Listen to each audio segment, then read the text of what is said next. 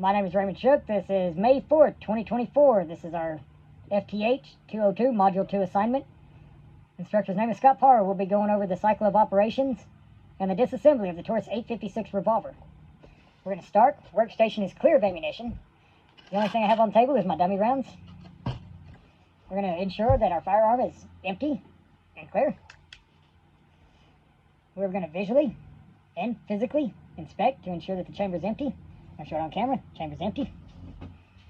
We're going to start with the loading process. We're going to take our ammo. We're going to close. Now that we have the chambers loaded, the cylinder closed, it is now loaded. Alright, if you notice inside here, you got the cylinder lock. As I'm going to try to get it on camera best I can, with it working, that we can see everything working. As I pull the trigger, cylinder unlocks. As I continue pulling, the hammer comes back. Cylinder locks. The cylinder lock came back up, locked it.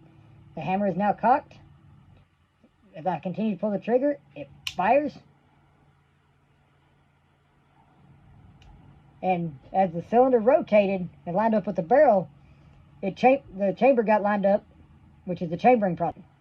Alright, now for the extracting and ejecting process. We push our thumb piece, open it, that's the extracting and the ejecting. Okay, we're going to start with our disassembly process. For the time limit of the video, I went ahead and removed the pin from the grip. To do that, you would just take a punch, your hammer, and you would knock out the pin. You start out by removing your grip. I'm going to set that up here out of the way. I have a little magnet here to hold my screws. We'll flip it over. I'm going to set it on top of this block just to kind of make it a little easier to see.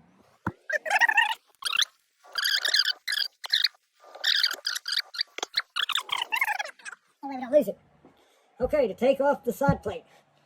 A lot of people are going to want to take a screwdriver, put it under here and pry. You don't want to do that, as it can damage right around this lip. It can damage it, which means you'd have to go through and do some filing. You'd have to do some repairs. You can also warp the side plate.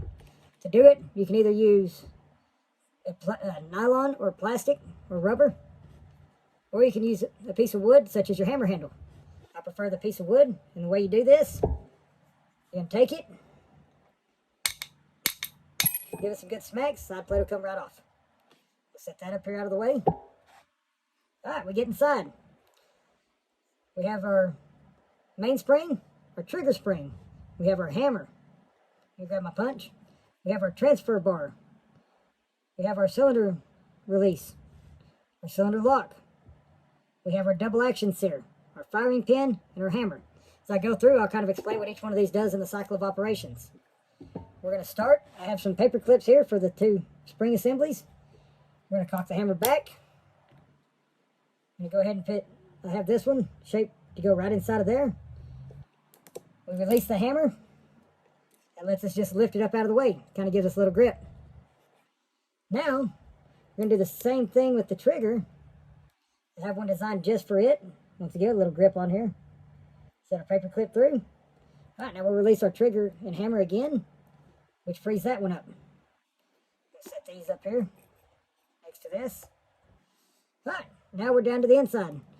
The hammer spring, what it does, it pushes on, it applies pressure to the hammer, which allows it to go forward, hits the firing pin. The transfer bar, as you can see, would be lifted up.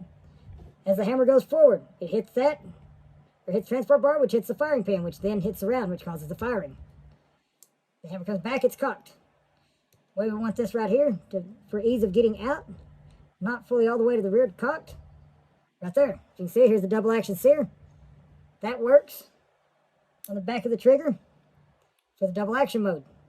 Single action, it would just lift up and the trigger would stay put. Okay, right here we have our hand. Our hand rotates the cylinder after the cylinder lock unlocks it. The trigger pushes up. The hand pushes it up. As you can see, the cylinder lock, it drops. As the trigger comes back, it goes right back up.